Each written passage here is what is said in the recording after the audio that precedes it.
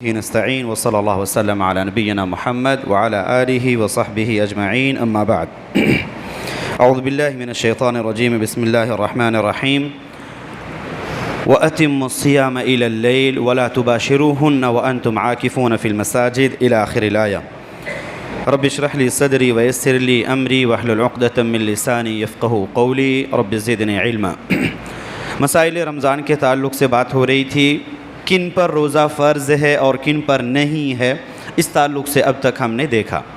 آج انشاءاللہ دیکھیں گے کہ کن چیزوں سے روزہ ٹوٹتا ہے، کن چیزوں سے روزہ ٹوٹتا ہے۔ ان کی دو قسمیں ہیں، جن چیزوں سے روزہ ٹوٹتا ہے ان کی دو قسمیں ہیں۔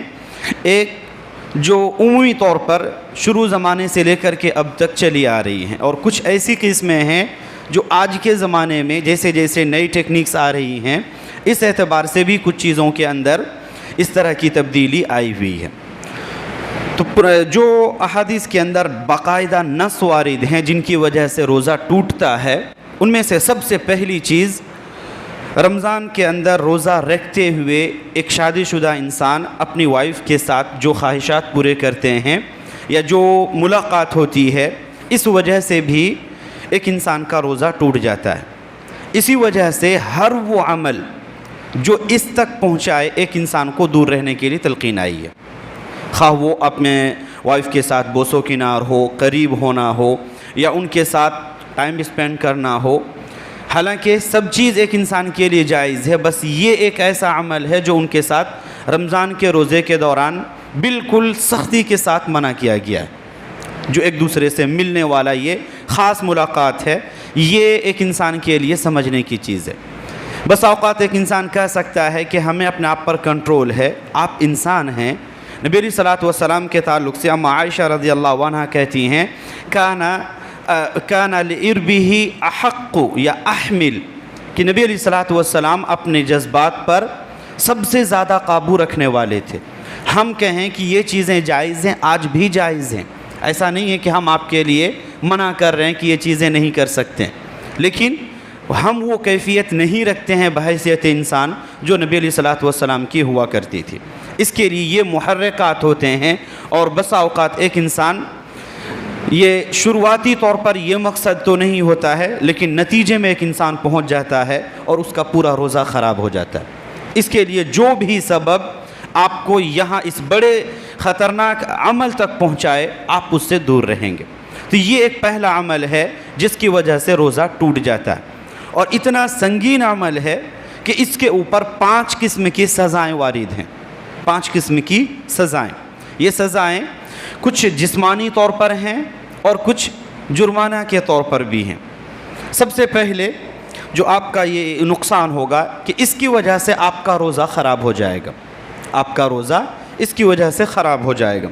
دوسرا ہوگا کہ جب آپ کے ساتھ یہ حادثہ پیش ہوا تب سے سورج ڈوبنے تک آپ جیسے روزے دار رہتے ہیں آپ ویسے ہی رہیں گے۔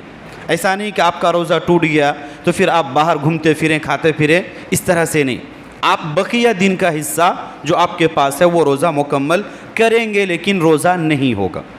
تیسرا نقصان یہ ہوگا کہ آپ بعد میں اس دن کی قضا کریں گے، اس ایک روزے کی قضا کریں گے۔ چوتھا، آپ کے اوپر توبہ کرنا لازم ہوگا، اللہ تعالیٰ سے آپ اپنی اس غلطی کی معافی مانگیں گے۔ اور پانچواں جو اس کے اوپر عمل مرتب ہوتا ہے وہ یہ کہ آپ اس کا جو فدیہ ہے، کفارہ یا جرمانہ، وہ آپ بھریں گے۔ احادیث کے اندر اس کی 3 صورتیں آئی ہیں، یا تو آپ ایک غلام آزاد کریں، جو کہ موجودہ زمانے میں یہ چیز نہیں آتی ہے۔ اس کے علاوہ 2 مہینے مسلسل روزے رکھیں۔ مسلسل سمجھتے ہیں؟ آپ نے 1 مہینہ 15 دن روزے رکھے، اور پھر اس بیچ میں آپ کے ساتھ کچھ ایسا واقعہ پیش آیا تو پھر شروع سے آپ رکھیں گے۔ یہ ہے مسلسل اور لگاتار، ایسا نہیں کہ اس بار 1 مہینہ رکھ لیے پھر 1 مہینہ گیپ کر کے اگلے مہینے میں رکھ لیے، ایسا نہیں ہے۔ مسلسل آپ 2 مہینے روزے رکھیں گے۔ چونکہ آپ نے یہ عمل کیوں آیا، اصل میں اتنی بڑی سزا یا اتنی بڑی بات کیوں آئی ہے؟ اصل آپ نے رمضان کو پامال کیا، اس کا جو احترام ہونا چاہیے آپ نے نہیں کیا، اس کی وجہ سے اتنی سخت قسم کی احکام اس کے اوپر مرتب ہوئے۔ تو یہ دوسرا ہے کہ آپ 2 مہینے مسلسل روزے رکھیں گے، یا 60 مسکینوں کو جو آپ نارمل کھانا کھاتے ہیں اس اعتبار سے کھانا کھلائیں گے۔ اس کی کئی الگ کیفیات کہتے ہیں کہ یا تو ایک ساتھ 60 لوگوں کو کھلائیں، 30 کر کے 2 حصوں میں کھلائیں، 10 کر کے 6 مرتبہ کھلائیں، یہ آپ کے اوپر ہے، لیکن جب تک آپ یہ 60 نہیں مکمل کر لیتے تب تک آپ دوبارہ واپس اپنے بیوی کی طرف نہیں پلٹ سکتے۔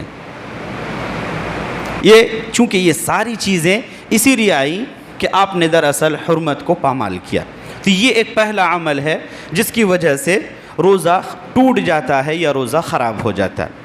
اسی چیز سے 2 چیزیں آپ یاد رکھیں گے، انشاءاللہ آج اسی پر بات کریں گے۔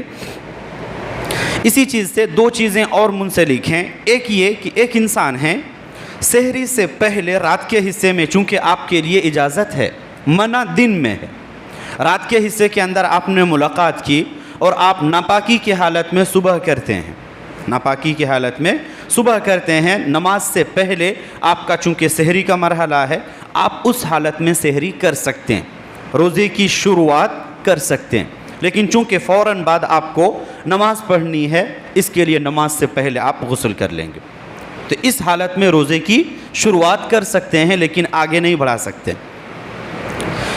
تیسری چیز یا اسی میں سے جو ہم نے کہا کہ 2 چیزیں منسلک ہیں، تو یہ پہلی چیز ہوئی کہ آپ اس حالت میں روزے کی شروعات کر سکتے ہیں۔ دوسری چیز، وہ افراد خواہ وہ شادی شدہ ہوں یا غیر شادی شدہ ہوں، ایک لفظ استعمال کیا جاتا ہے احتلام، احتلام جو عموماً شاید ناٹ فال وغیرہ کہتے ہیں، تو اس طرح کی جو حالت ہوتی ہے، خواہ وہ مرد ہو، عورت ہو، غیر شادی شدہ ہو، شادی شدہ ہو، اگر یہ کیفیت ہوتی ہے، اس عمل سے روزے پر کوئی اثر نہیں پڑے گا، اس احتلام کی وجہ سے روزے پر کوئی اثر نہیں پڑے گا، خواہ وہ رات کے حصے میں ہو، دن میں کسی بھی وقت ہو، اس کا آپ کے روزے کے اوپر کوئی اثر نہیں پڑے گا، کیونکہ یہ چیز آپ کے اختیار سے نہیں ہو رہی ہے، یہ چیز آپ کے اختیار سے نہیں ہو رہی ہے۔